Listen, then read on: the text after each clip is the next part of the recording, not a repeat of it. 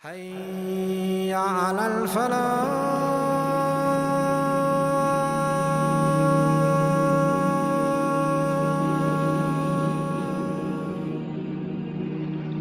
Osman crying to Allah, O my Rabb, if my efforts can cause the birth of righteousness, enlighten my night and my day. O Allah, may the glow of the true religion of Islam be clearly manifested. Be granted to always stand up for the right. May all the enemies of the faith perish alive under the ground. May the armies of unbelievers be ravaged by my strength. May my sword be a shining beacon on the way of religion and a guide to those who fight on the path of the truth. May I be granted to carry a clean, an unblemished name and be victorious. O Allah, grant me such an end that I may be able to reach your divine grace. O my Almighty Lord, the most benevolent, the most generous, guide me so that I may attain your approval. May the word of our Prophet Muhammad sallallahu alaihi wasallam be my guide. Bestow upon me the blessings and pleasure of the holy struggle. Just about to lie down and go to sleep, when his eye caught the sight of the Quran, he could not go to sleep before reading it. He was finally subdued by fatigue, and sleep began to overwhelm him. Uthman fell into a sweet doze, still holding the Quran in his hands. He then sees a dream. He says the full moon rises and sank into my chest until it was hidden from the eye. Behold, the awesome tree springs forth, firmly entrenched to the earth. Its leaves and branches grow stronger. As its shade engulfed the glorious horizon, 4 majestic mountains paint my vision. The Caucasus, the Atlas, the Taurus, and Haemus rejoice at the sight before thee, O Osman Ghazi. For at the root of this blessed tree flow the Nile, the Tigris, Euphrates, and Danube. The mountain sides are covered with lush forests, springs and canals meandering through valleys and rose gardens heading toward cities, adorned with domes, minarets, towers, pyramids, and obelisks. High above the heavens, the silver crescent shines into the summit. The call to prayer filters the air and mingled with the songs of nightingales, congregating beneath the interlacing branches of this auspicious tree.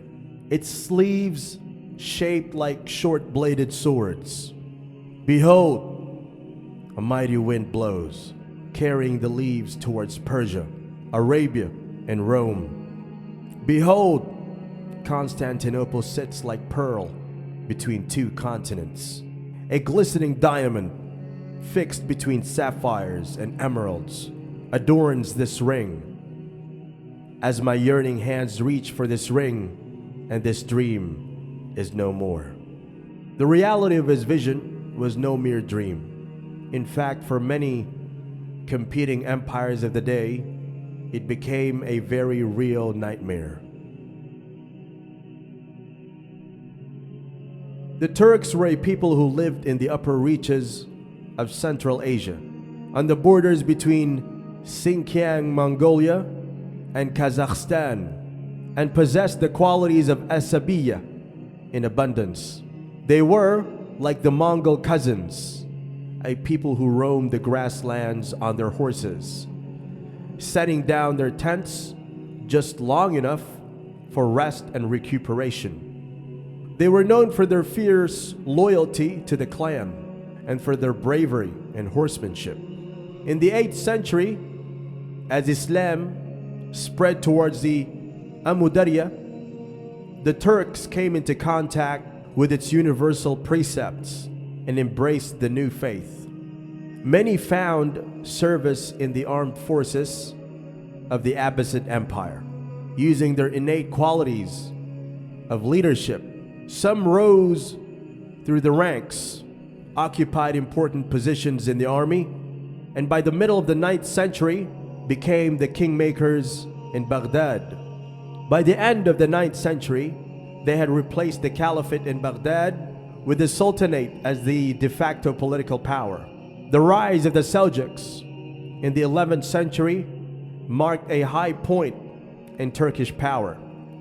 The Seljuk victory over the Byzantines in August 1072 was a turning point in world history and opened Anatolia to Turkish penetration. Until the advent of Hulagu Khan and the fall of Baghdad in 1258, Turkish pressure on Byzantine holdings in Anatolia was continuous and forceful. There was a pause during the Mongol eruptions. Hulagu captured the upper reaches of the rivers Tigris and Euphrates, located in eastern Anatolia, and forced the Turks further west. Most of Anatolia accepted Mongol dominance, and the Mongol lords appointed their own satraps to rule over the local principalities. But the Turks were not a people to accept Mongol overlordship for long.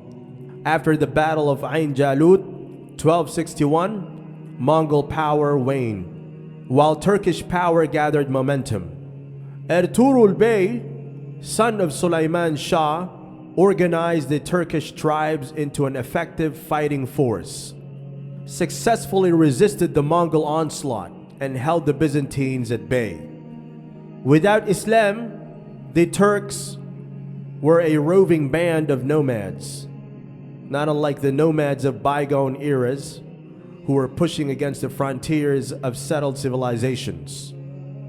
With Islam, they became not just conquerors, but founders of a global empire and a global civilization. The narrow asabiya of tribe and race gave way to the global vision of Islam. Those who took part in Gaza were called Ghazis. The term Ghazi carries a connotation of valor, strength, humility, selflessness, charity, steadfastness, struggle, and chivalry. To this day, in languages spoken by Muslims worldwide, it was these Ghazis who cemented Turkish power in West Asia and projected it into the very heart of Europe. Osman Ghazi, son of Ertuğrul, emerged from among these Ghazis as the Bey, Turkish meaning authority, leader of the Western marches. Faith provided the propulsive power for the Turks. In his youth, Osman was inspired and guided by a well-known sage, Sheikh Edibali. The house of Osman is called Osman Ali, and the empire founded by him is referred to as the Osmaniya or Ottoman Empire. His full name, Abu al-Muluk al-Sultan al-Ghazi Fakhr al-Din Qara Uthman Khan al-Awwal bin Ertuğrul bin Sulaiman Shah al-Qayawi al-Turkumani. He was born in 1258, the same year Baghdad was destroyed by the Mongols, and the fate of his beylik was interconnected with these Mongol wars. His father had ruled a small territory as Bey in Soud, defending the Seljuk border against Byzantine attacks. When Ertuğrul Bey passed away, Uthman became the leaders of the Kayi tribe and started to expand the borders of his father's territory. Uthman's beylik was centered around the town of Soud in northwestern Anatolia. The borders of his small state pressed right up against the Byzantine Empire. Osman Ghazi became known as an expert in war and peace, and with the Mongols wreaking fear across Anatolia, many refugees found a home in the beylik of Uthman, increasing the number of warriors in his tribe. With a huge influx of warriors, Uthman was able to continue pressing against the Byzantine Empire. The Byzantines at this point were in full decline. Their golden age had ended long ago, and the fledgling empire could barely hold off Uthman and his fierce Ghazis. The result was that Uthman greatly expanded his territory throughout the opening years and decades of the 1300s. It was this time that historians consider the transformation, the Beylik of Uthman, into an empire. The Ottomans themselves called their state Dawla al-Uthmaniyya, the state of Uthman. Uthman conquered the regions of Belokumis, Yenisehir, Inagol, and Yarishar until the end of the 13th century, as well as Byzantine fortresses in these territories. According to Shaw, Uthman's first significant invasions were when the Seljuks' power crumbled, when he was able to take the castles of Kuluchahisar and El-Kisehir. Then he seized Kopruhishar. Uthman began moving its forces closer to Byzantine-held territories. In 1302, after soundly defeating a Byzantine force near Nicaea, the Byzantines increasingly departed the Anatolian countryside. Alarmed by Uthman's expanding power, the Byzantine authorities sought to halt the Ottoman expansion, but their attempts were ineffective and poorly coordinated. Meanwhile, Uthman spent the rest of his reign expanding his power in two directions: north, following the Sakarya River's course, and southwest towards the Sea of Marmara, accomplishing his goals by 1308. In the same year, his troops took part in the capture of Ephesus, a Byzantine city in the Aegean Sea, capturing the last Byzantine city on the coast. Uthman's most recent campaign was against Bursa. Though Uthman did not participate in the fight, the Ottoman victory at Bursa was crucial, since the city acted as a staging ground against the Byzantines in Constantinople and a freshly decorated capital for Uthman's son, Orhan. According to Ottoman legend, Uthman died shortly after the invasion of Bursa in 1326, after having laid the foundation for an empire that would last until 1922. All future sultans of the empire were girded with the sword of Uthman when they took power. This signified their role as a Ghazi first and foremost, and their attachment to the patriarch of the dynasty. Uthman's son, Orhan, took power after his father and was given a very important bit of advice from Uthman. Son, be careful about the religious issues before all other duties. The religious precepts build a strong state. Do not give religious duties to careless, faithless, and sinful men, or to dissipated, indifferent, or inexperienced people. And also, do not leave the state administrations to such people, because the one without fear of Allah, the Creator, has no fear of the created. One who commits a great sin and continues to sin cannot be loyal. Scholars, virtuous men, and literary men are the power of the state structure. Treat them with kindness and honor. Build close relationship. When you hear about a virtuous man, and give wealth and grant him, put order the political and religious duties. Take lesson from me. I came to these places as a weak leader, and I reached to the help of Allah, although I did not deserve it. You follow my way and protect Dini Muhammadi, Islam, and the believers, and also your followers. Respect the rights of Allah and His servants. Do not hesitate to advise your successors in this way. Depend on Allah's help and the esteem of justice and fairness to remove the cruelty, attempts, and every duty. Protect your public from enemies' invasion and from the cruelty. Do not behave any person in an unsuitable way with unfairness. Gratify the public and save all of their sake. From this, we can clearly see the emphasis that the Ottomans placed on Islam. Not only does Uthman give his son sound administrative advice, but he intertwines that advice with the characteristics of a good Muslim. This speech was not meant just for his son Orhan. All subsequent Ottoman sultans would look towards this advice from their forefather to help them rule the empire effectively and Islamically.